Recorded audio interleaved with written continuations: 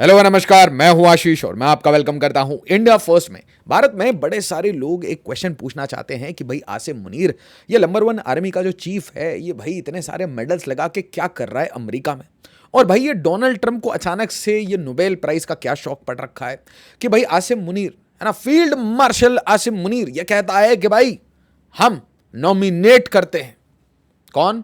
पाकिस्तान। तो पाकिस्तान नॉमिनेट पाकिस्तान कह रहा है कि भाई नोबेल प्राइज मिलना चाहिए डोनाल्ड ट्रंप को। और डोनाल्ड ट्रंप कह रहा है भाई what a wonderful country, I love Pakistan. तो भाई ऐसी स्थिति क्या आ गई कि ऑपरेशन सिंदूर के बाद ये इतना सारा पाकिस्तानी प्यार उमड़ रहा है। उसी टाइम में एक बहुत बड़ा क्वेश्चन है कि इजराइल अजीब सी बातें क्यों कर रहा है। इजराइल से आवाजें आ रही हैं कि भाई आफ्टर ईरानियन ऑपरेशन हम पाकिस्तान पे फोकस करेंगे। आसिम मुनीर उधर वॉशिंगटन में, इधर भाई तेल अवीव में प्लानिंग अगली पाकिस्तान की चल रही है। तो ये थोड़ा कोरिलेशन और थोड़ा क्रोनोलॉजी समझिए, क्योंकि अगर आप मुझे ऑपरेशन सिंदूर में फॉलो कर रहे थे तो मैंने ये बात बहुत ओपनली बोल दी थी कि कभी भी वेस्ट पाकिस्तान के पास न्यूक्लियर वेपन नहीं रहने देगा। जितनी अनस्टेबल कंट्री है, जितनी इनस्टेबल कंट्री है और चारों तरफ प्रोलिफरेशन करते फिरती है, थोड़े से पैसे मिल जाएं तो किसी को भी न्यूज़ दे दे, ऐसी कंट्री के पास कोई भी दुनिया में लाइक माइंडेड कंट्री ये नहीं चाहेगी कि ऐसी कंट्री के पास न्यूक्लियर वेपन्स हो। अब यहां ध्यान से देखिए, ये जो कहानी है इसमें थोड़ा हीट बढ़ने वाला है। हीट के रीजंस मैं आपको बताता हूं, क्योंकि इजराइल पहली बार ऐसी इजराइल से वीडियोस आ रही है, इमेजेस आ रही है, जिससे कि आपको लगेगा कि भाई जैसे गाजा की वीडियोस दिखती थी ना, जैसे बिल्डिंग्स टूटी हुई हैं, रबल है, वैसी वीडियोस तेल अवीव से आ रही हैं। और नेचुरल सी बात है, इसमें सिर्फ इजरायली इंटरेस्ट नहीं, इसमें पूरे वेस्टर्न इंटरेस्ट अफेक्ट होंगे। वेस्ट को हमेशा एक सेंस ऑफ कहीं ना कहीं डिफीट दिखेगा कि भाई हम अपने सबसे इंपॉर्टेंट एलाई को प्रोटेक्ट नहीं कर पाए। और इसलिए ज़रा आप इन वीडियोस को ध्यान से देखिए।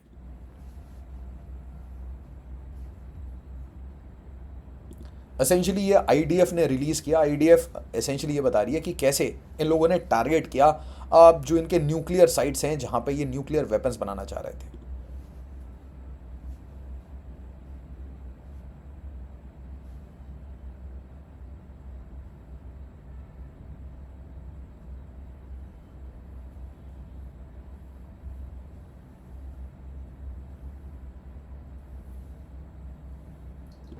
अब ये देखिए, दिस वॉज फिर से देखिए के ये हाइपरसोनिक मिसाइल्स। आपका क्वेश्चन होगा ये कौन कैप्चर कर रहा है? तो ईरान से इजराइल पे जो मिसाइल्स आ रही हैं वो बीच में कैप्चर होती हैं by Chinese workers. Chinese workers Syria में काम कर रहे हैं, वो कैप्चर करते हैं इन वीडियोस को। आप देखिए the barrage of rockets.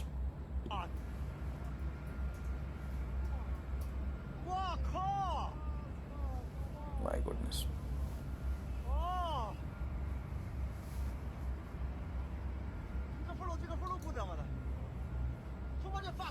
drones and missiles।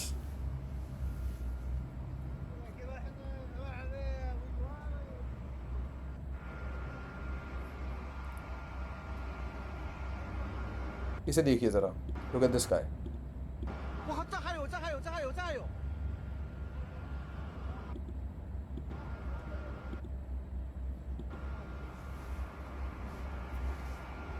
ये सारे सैचुरेशन अटैक्स हैं एसेंशियली, इसीलिए आयरन डोम फेल हो रहा है, मल्टीपल टाइम्स फेल हो रहा है।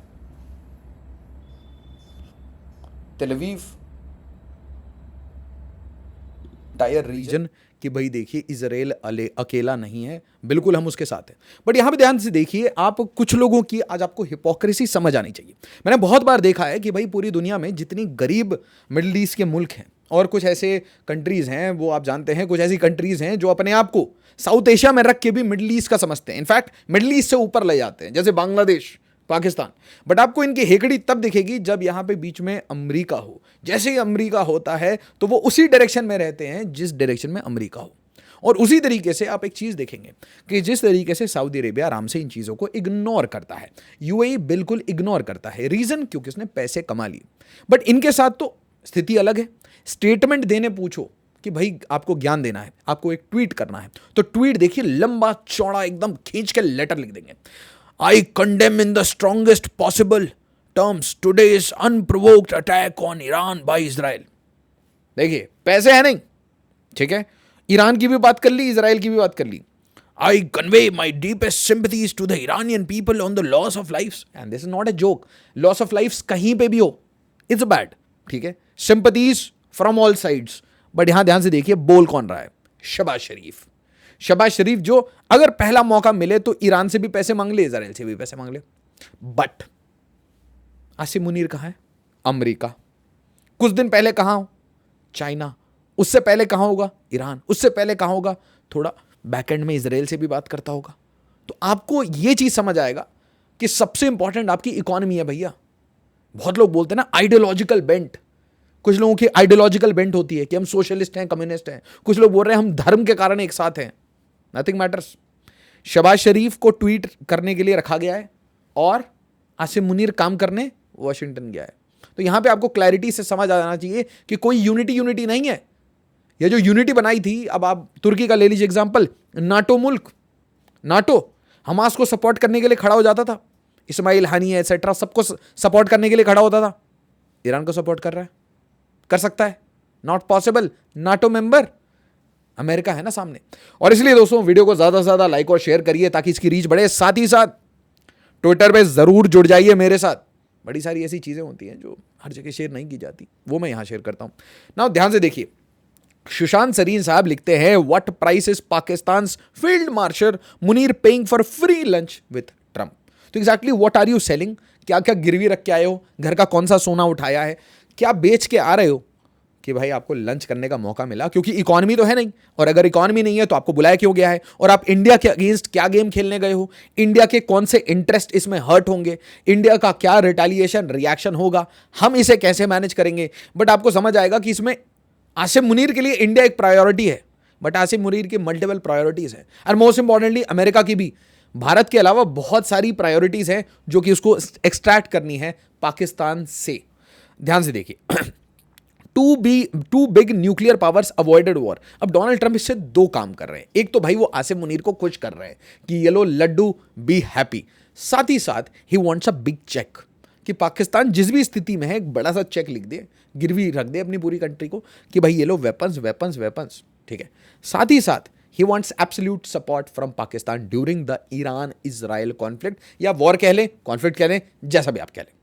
अब इसी टाइम में आपको फुल कॉन्फिडेंस में रखने के लिए, और आप धमका भी सकते हैं कि भाई देखो अगर हमने टाइट कर दिया, हमने ही बचाया था तुम्हें इंडिया से, तुम तो इंडिया से पिट पिट के बैठे थे, हमने बचाया, ठीक, हम बचाते रहेंगे। अब एक काम करो, जो मैं बोलूं वो काम करूं। Pakistan Asim Munir recommends Trump for Nobel peace prize. और ये दुनिया को पता है कि ट्रंप की अगर तारीफ आपने कर दी तो ट्रंप आपका मुरीद है। बट फिर फ्रांस ये क्यों लिख रहा है, मुझे नहीं समझ आ रहा है। डीडब्ल्यू न्यूज ये क्यों लिख रहा है, how the Iran Israel conflict को destabilize Pakistan. You will understand how it will be destabilize, it is through borders.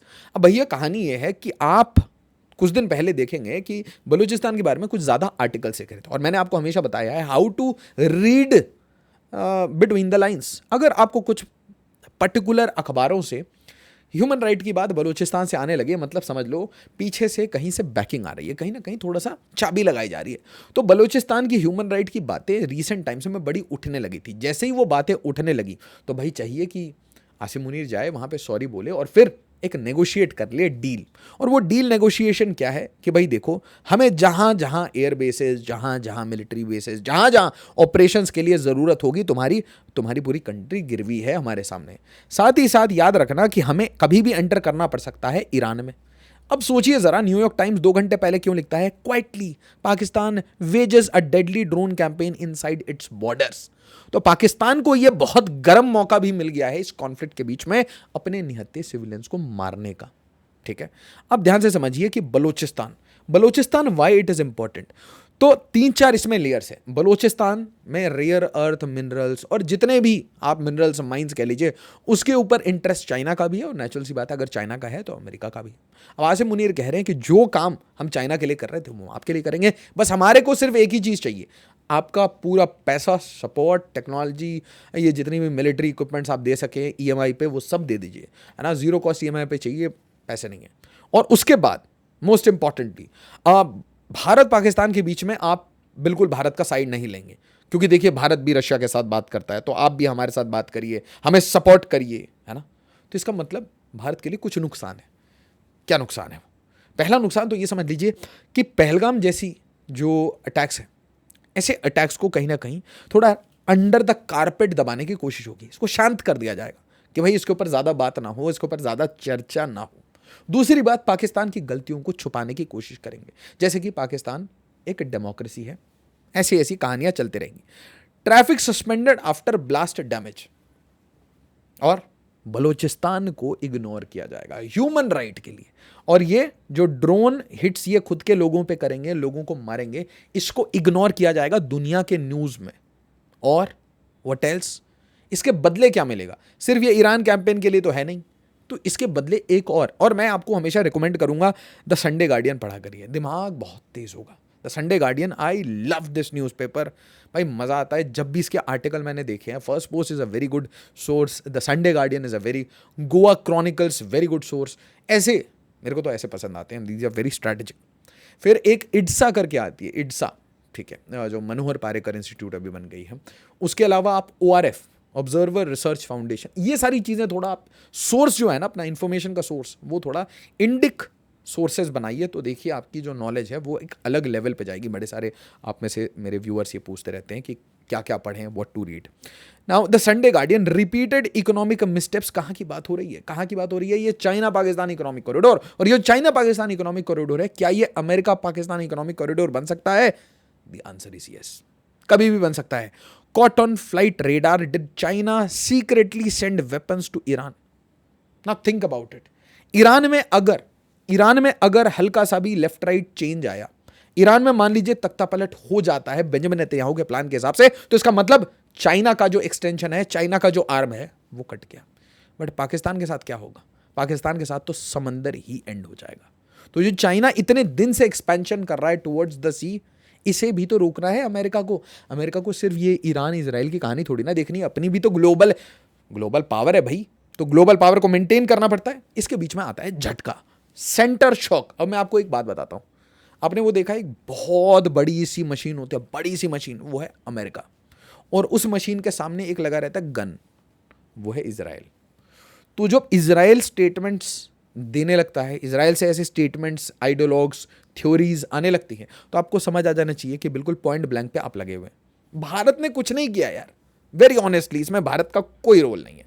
यहां पे मीर मासरी ये कह रहे हैं, Pakistan is next, former Israeli minister threatens Islamabad nuclear program. और देखिए, शायद ऑपरेशन सिंदूर में, अगर आप अभी भी इंस्टाग्राम पे जाएंगे तो एक मैंने रील बनाई थी, मैंने कहा था कि ऑपरेशन सिंदूर अगर आगे चलता है तो सबसे बड़ा गेम जो वेस्ट के साथ हमारा अलाइन करता है वो है टू डी न्यूक्लियराइज पाकिस्तान।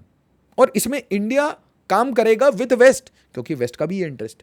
तो आप इसको इमोशनली मत लीजिए, वेस्ट को भी नहीं चाहिए, इजराइल को, अमेरिका को, भारत को, तीनों को नहीं चाहिए कि पाकिस्तान के पास न्यूक्स रहे। मैं आपको फैक्चुअली बता रहा हूं कि दिस इज नॉट पॉसिबल। हमारे सिक्योरिटी इंटरेस्ट में नहीं है कि आपके पास न्यूक्स हों। 3 कंट्रीज। और अमेरिका के लिए क्यों? क्योंकि अमेरिका को ऐसी कोई कंट्री नहीं चाहिए जहां से न्यूक्लियर टेक्नोलॉजी इधर उधर भागती रहे पैसे के लिए, और किसी के हाथ में भी लग जाए। दूसरी बात, और आप देखेंगे कि हम इस टॉपिक को बार बार रिआइटरेट करते हैं, वैसे बार बार बताते रहते हैं, क्योंकि बहुत रिस्क है, बहुत रिस्क है। सेम इंटेल रिपोर्ट, मतलब एक एक वेपन्स के ऊपर रिपोर्ट रखता है इजराइल। अगर मान लीजिए इजराइल ने उठा के ईरान को दे दिया, किसी को दे दिया, हमास को दे दिया, हिजबुल्लाह को दे दिया, तो क्या रहेगी? फिर इजराइल की तो सिक्योरिटी हाथ से गई। और अगर इजराइल की सिक्योरिटी खतरे में है तो मतलब यूएस नेचुरल सी बात है आपके साथ है।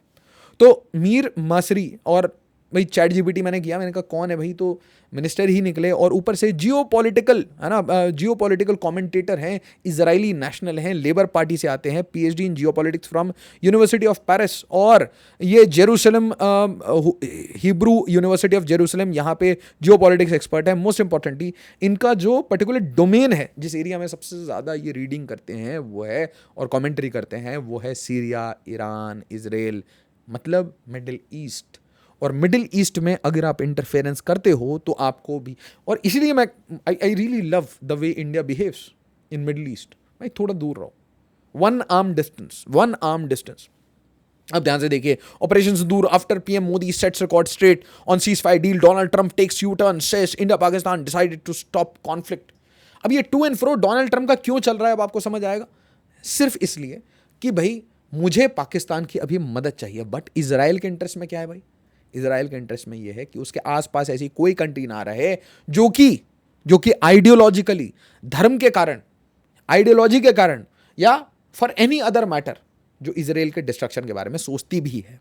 नाउ एक प्रॉब्लम आज आपको ट्रम्प के जो बिहेवियर में जो लोग डिस्कस नहीं करते, एक प्रॉब्लम, एक आपको अजीब सी चीज़ दिखेगी कि भाई ये चिड़चिड़ा सा क्यों रखा है, इसे क्या चाहिए? इसे कुछ नहीं, पैसा चाहिए।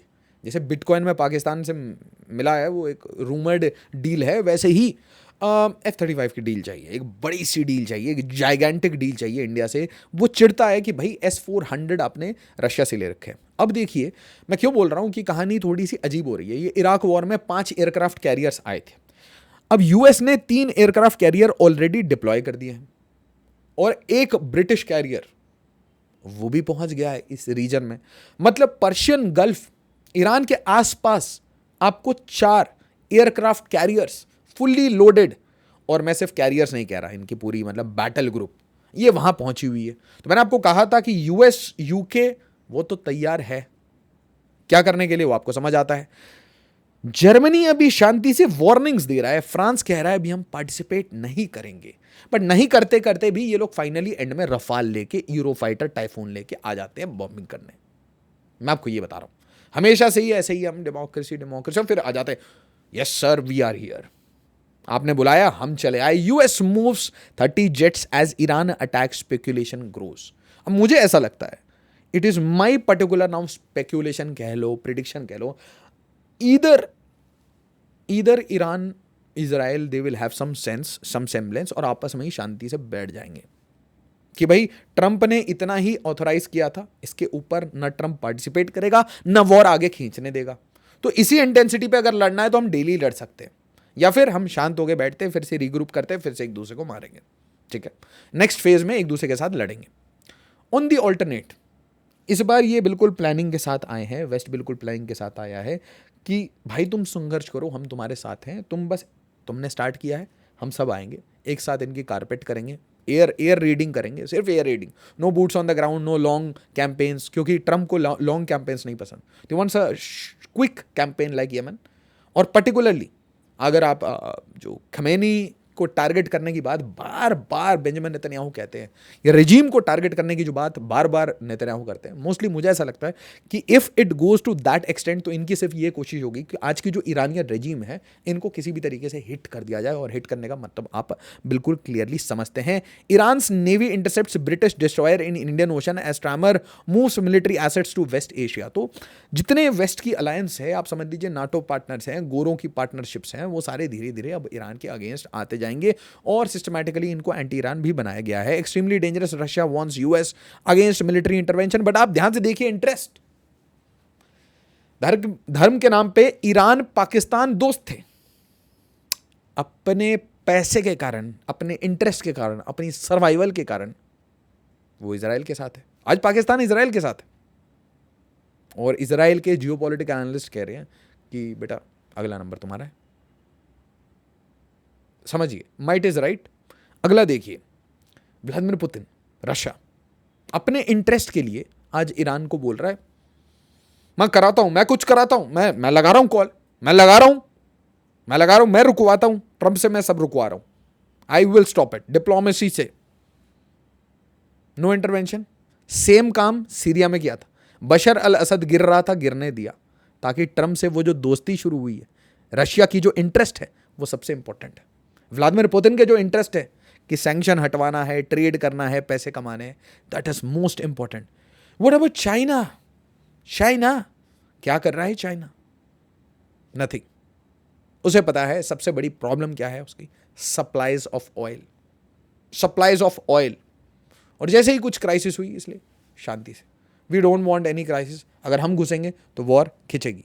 बट क्या चांसेस हैं, क्या चांसेस हैं कि ये घुस जाए वॉर में? बहुत हाई चांसेस दिखते हैं। एक कोलिशन बना के घुसे, ईरान रेजिम को हिट करें। उसका रीजन मैं आपको बता रहा हूं, ये जो बॉम्बर्स लाके आप गोल गोल घुमा रहे हो, और जिस तरीके से आयरन डोम सैचुरेट हो रहा है, जिस तरीके से अब, और आप समझिए कि दुनिया कभी भी इस पे ध्यान नहीं देती थी, नहीं देगी कि भाई गाजा में क्या हो रहा है। उसका रीजन है, मैंने आपको बताया, माइट इज राइट, ठीक है। और उसी टाइम में जो तेलवीव में हो रहा है उसे बार बार हाईलाइट किया जाएगा, और हाईलाइट करने के बाद यूएस के इंटरवेंशन का रिक्वेस्ट किया जा रहा है एक तरीके से, उसे दिखा के कि भाई we need your help brother, this is the time.